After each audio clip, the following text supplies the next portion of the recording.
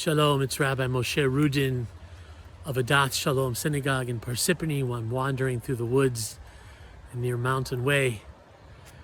They say that Washington walked through these woods to spy out the British positions. And in the same way, Moshe spies out the land of Israel from the great height.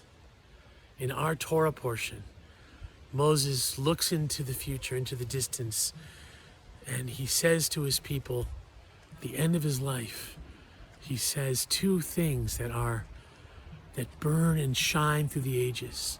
He returns his people to Sinai, repeats the 10 Commandments, the Aseret HaDibrot, teaching us, by the way, that every generation has to relive Sinai, not once but many times.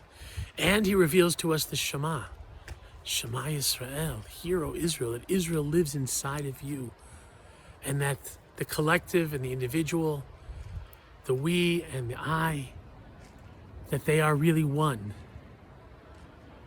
And both are powered by ve'ahavta, by love.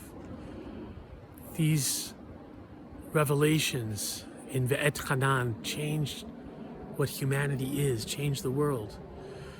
How is Moses able to make both these revelations in one speech, one moment? Maybe the answer is in the very beginning of the Parsha. Moses, reporting to his people, says, Ve'et Hanan be'etahi. I begged God at that moment. I said, God, please relent. Let me into the land. I know that I failed you at Merivah. I know that I could have sanctified your name to this new generation, and I did not. But as I have begged you to forgive the people, please forgive me. Let me go into the land, even for a moment. We all know what it's like to see Israel from afar, to long for it from afar.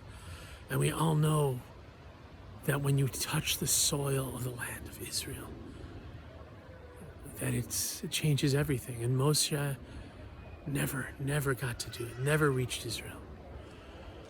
Because God's answer to him is, Rav lecha, al tosef daber al davar hazeh. Enough, says God. Don't talk to me about this anymore. The verdict is given. You will not go into the land. I will show you the land from afar.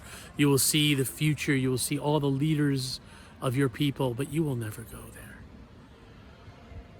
What I'd like to suggest is maybe that heartbreak of knowing that he would never be able to set foot into the land of Israel, that he, for all of his greatness, would never be able to fulfill the Exodus journey.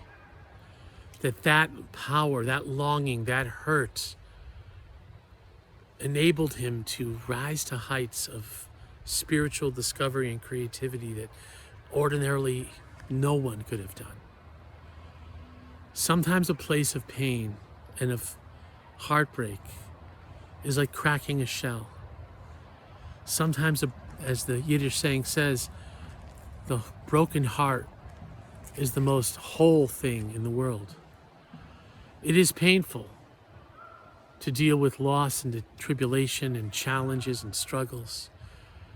But also out of those things, there is the potential to create something so startling, so new.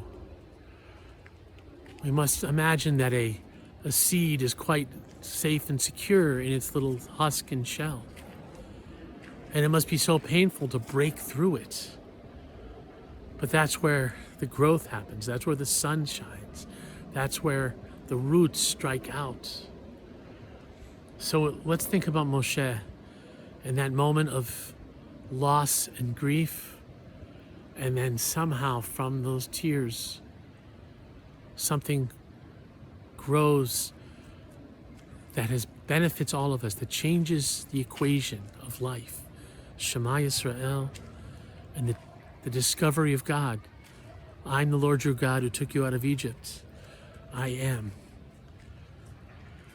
There's a saying that says sometimes it's through the cracks that the light shines through.